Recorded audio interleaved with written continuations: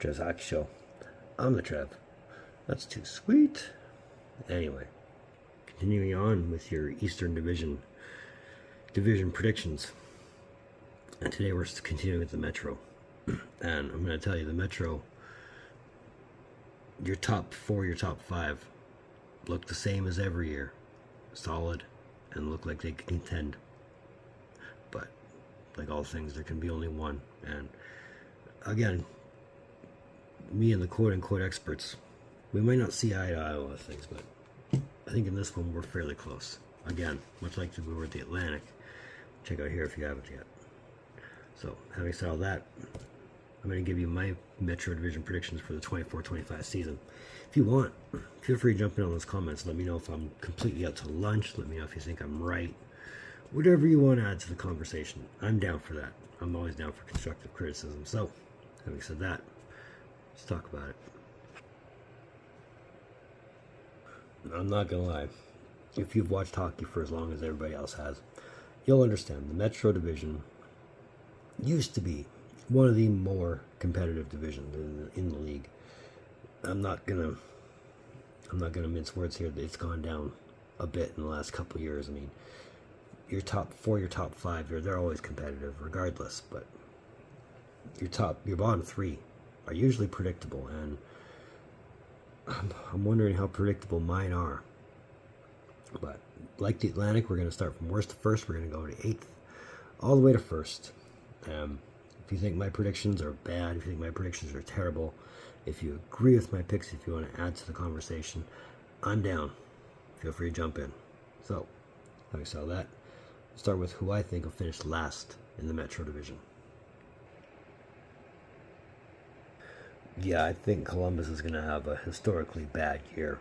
Matter of fact, I think they're going to finish number 32 in a league of 32 teams. Now, I'm going to explain. It's not because they got a new coach and a new GM, although I'm sure Evison and Waddell are going to do wonders after this year. They're still going to have a bad season, regardless. I mean, consider the off-season they had. You know, they brought in Monahan, but they lost Goudreau. The positives don't necessarily outweigh the negatives, and I almost hate to say, maybe they'll let the negatives creep in a little too much, but at the same token, they're in a tough division, and it's tough to make ground when you start at the bottom, and I think that's where Columbus will start, is at the bottom, and won't make any traction. But on the positive, there's a positive to the season. They'll at least be playing in their first outdoor game in team history. Now in net, you got Merzlikins and Tarasov, and I don't recall if Merzlikins has rescinded his trade request. So, there's that. Now in defense, Werenski and Severson, as well as maybe even Provorov, are definitely supposed to be keeping the puck out a lot more than they're letting in. And Gudbranson is supposed to be like the rock, the Chara to this defense. He hasn't been. Maybe something's not right with the defense. And then you go to forward. I mean, as I mentioned, they brought in Monahan. They also got Marchenko. Outside Kent Johnson and maybe Adam Fantilli, signing JVR in the offseason. Not much else. Not much else. So it's going to be a bad season for Columbus. Whether or not they'll win the draft lottery, I don't know. But definitely finishing number 32 out of 32. Number 7, got the Flyers. Now, let's not mince words here. The Flyers definitely overachieved last season. And it's strange because, Tortorella would definitely expect a heck of a lot more than a 7th place finish, but I think that's all the Flyers are going to give them. In net, between Fedotov and Ersson, again, is that a tandem you're comfortable with? Because I sure wouldn't be. And defense doesn't hold much better. Outside Sanheim, Ritzelainen, and maybe picking up Drysdale out of Anaheim last season might be a plus, but defense there doesn't really scratch out that they're going to help the goaltender when they have to, in my mind anyway. Of course, I'm biased. I don't like Philly. I think forward might not be a bad topic for them. Tippett might actually have a breakout season this year. Yeah, I know. Bold prediction. Couturier, I don't know if he's got it anymore. I mean, he's in his 30s, yes, but to me, he sure looked like he was slowing down. Outside that, I mean, what else does Florida or does the Flyers have other than maybe Michkov? And is Michkov even going to play? Nothing that really screams out goal scorer or offensive threat. So I expect the Flyers to really have a downer season. For number 6, I'm picking the Penguins. Oh, bold prediction. I'm going to give you one right now. I think this is Mike Sullivan's last year in Pittsburgh. Just saying. For a team that wants to still be good and wants to still be competitive, you can't hold on to your core 4, Letang, Malkin, Crosby, and whoever else. Carlson. You can't hold on to those guys and expect to be competitive, especially since they're all aging. I mean, in that, you got Jari and Nedeljkovic. And I mean, unless Nedeljkovic is going to have an amazing season like he did in his first year in Carolina, and if Jari can stay healthy, maybe, just maybe, the Penguins might have a shot. But again, that relies a lot on defense. And with Erik Karlsson and Chris Letang, your 2 oldest defensemen on the team, probably 2 of your oldest players. What else have you got? Ryan Graves? Marcus Pettersson? Come on, man. Nothing screaming off the page to me for their defense. And then at forward, I mean, outside Crosby, Malkin, we got Rust, Raquel, Bunting, Cody Glass, Blake Lizotte. Like, come on, nothing else outside of this screams next level talent. I mean, if Rutger McGrody can pick up where the hype train left off for him in Winnipeg, then maybe they might stand a chance. But if they keep holding on to the aging 4, they're going to have a bad time. For number 5, picking the Capitals. So which version of the Washington Capitals team are we getting this year? Is it going to be a collection of playoff contending players who are playing for the team? Or are we going to get many different people helping Ovi break the goals record? And there's no shame in attempting both. I mean, you can be a competitive team and still make the playoffs and still help your superstar break a record that was supposed to be unattainable. Remember, he's only 42 short. Now, I say this just as easily as I say no Backstrom and no Oshie. They're both probably done. We're probably never going to see them play another game in the NHL again. Having said all that, though, I mean, adding Logan Thompson in net is a big improvement. Much bigger improvement than Darcy Kemper, let me tell you. But I think for Washington, it's going to be hard to keep a playoff spot. It's going to be hard to even compete for it, given the 4 teams above them. Now, again, whether or not this means they're a wild card team or not, I'm not going to try and predict. I'm not predicting the playoffs right now. I'm predicting the regular season. As it stands, I can't feel 100% certain saying, yeah, Washington makes the playoffs, because I'm not 100% certain they will. For number 4, picking the New York Islanders. Well, it'll be interesting to see what the Islanders can do with a full season under Patrick Waugh. Whether or not they'll replicate the kind of play they had towards the end of last season and just squeak into the playoffs, or will they actually hold a spot pretty much all season long? Either way, I think there's going to be some vast improvements on Long Island. I mean, Sorokin can only get better from this point. And Varley, well, I mean, Varley's good support.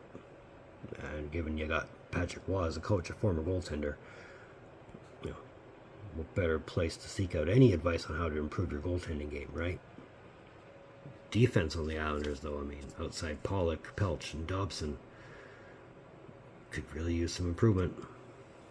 Just saying, I mean, yeah, you got a couple RFAs on the defensive line, but it won't hurt to bring in a bridge deal player, a veteran, something to help the defense actually develop and be a good defenseman. And as for the forwards, well, I mean, as long as Barzal, Horvat, and Lee can keep doing what they're doing, let Nelson, Palmieri, and Pajot do what they have to do, you could have a solid Islanders team. You could have a flop, being it's, you know, what it looks like on paper, but I don't think so. I think the Islanders are going to be actually a pretty good team this year. How far they go in the playoffs, still, like I said, I'm not predicting. For number 3, picking New Jersey. Well, did I not say Sheldon Keefe would not be unemployed for a very long time? Within a week, he went from Toronto to New Jersey. And I think I'm going to go out on a limb, but I'm going to predict this anyway. Sheldon Keefe is the voice the New Jersey Devils players need. Now, keep in mind, Keefe has coached in a hockey supermarket, that being Toronto, you know, the center of the universe, and all that stuff. He kind of knows what the pressure is all about. So maybe he can apply the same pressure to his net. Picking up Markstrom, not a bad idea. The fact that he's in his mid-30s, though, hard to say. But, I mean, at least you've only got him for a couple years, right? Jake Allen's your backup, and I mean, you know what? With Markstrom Allen, I could be comfortable with this goaltending tandem. Defense. Dougie Hamilton, Brett Pesce, and Brandon Dillon, and Luke Hughes, who's definitely going to come into his own at some point. Simon Nemec, who's developing quite nicely. Defense should be good. Should be very good. But it's the forwards that'll keep Jersey alive. I mean, look out for a breakout season for Jack Hughes and Nico Hischier. Both of them. Jesper Bratt, well, he's definitely going to enjoy the benefits of playing on the same team as a Hughes and a Hischier. Timo Meier, well, I mean, he'll do Timo Meier things. Just give him the space, give him the time. New Jersey could be a serious contender on making a deep run. For number 2, picking Carolina. Now, outside the front office change, hasn't been much difference in Carolina. Matter of fact, a lot of the players that were on the team last year are coming back this year. I mean, sure, they lost Gensel, but Gensel was a rental anyways. I mean, they still have Frederik Andersen, who still has 1 year left on his deal, so whether or not he returns after that remains to be seen, but between Andersen and Kochetkov, they should be okay in the net. I mean, defense is pretty much defense. Orlov and Burns are still your top 2, but at the same token, you got Jacob Slavin, Sean Walker, and Ghost Bear. I mean, Walker and Ghost Bear would make an amazing tandem on the blue line. So defense, not overly worried about defense. But the forwards, that's where we're talking. Between Aho, Svechnikov, Jarvis, and Nietzsche's, they're pretty solid. I mean, those are your scorers right there. And they'll take good care of the Hurricanes offense, I'm sure. Kokoniemi, well, I mean, Kokoniemi's still there, as is Jordan Staal. Jordan Stahl's still got gas in the tank, so it's not a bad thing. Either way, I mean, with Rod Brindamore back behind the bench, expect the Canes to still be that storm surge that they are. I'm finishing first. We've got the New York Rangers. I mean, obviously, it's not hard to pick the Rangers. I mean, they did win the Metro last season. They won the President's Trophy last season. And I'm not saying they won't compete for the President's Trophy this season. I just don't think they're going to win it. Again, I mean, nothing wrong with having a very competitive regular season. And the Rangers will definitely make it that way, I'm sure. I mean, in net, Shesterkin, I mean, it's a contract year for Shesterkin, so expect him to do really well. And Quick backing him up. That's probably Quick's last season. Look for them to at least be a solid 1-2 tandem.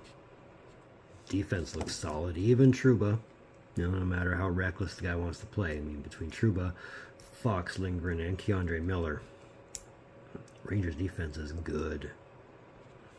Then your forward lines.